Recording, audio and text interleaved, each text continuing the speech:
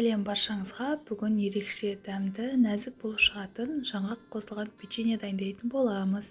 Видеоны соңына дейін қарап, ұнаса тіркеле кетіңіз. Бізге қажет заттар тізімі жазылған. Бөлме температурасындағы сары майға қант ұнтағын қосып араластырамыз.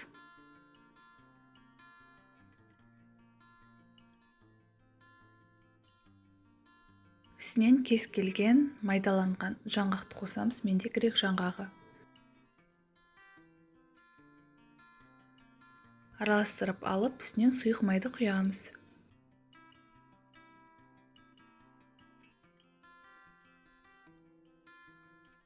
Ұнымызды салып, жұп-жұмсақ етіп, қамыр илейміз.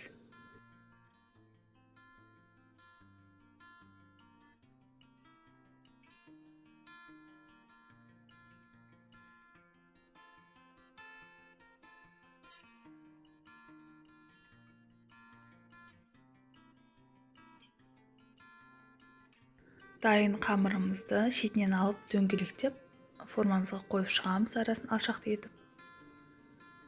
Біздің бұл рецепт бойынша 12-15 печенье шығады. Енді осылай картоп езетін заттың көмегімен атқалай ұмытып тұрмын. Үстінен бас шығамыз. Ондай болмаса, кез келген нәрсемен бассаңыз болады.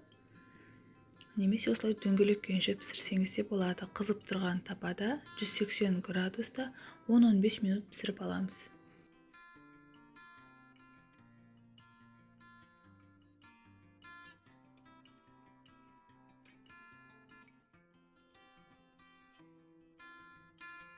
Біздің жаңғақ қосылған печеньеміз дайын. Шаймен ішкенге өте керемет.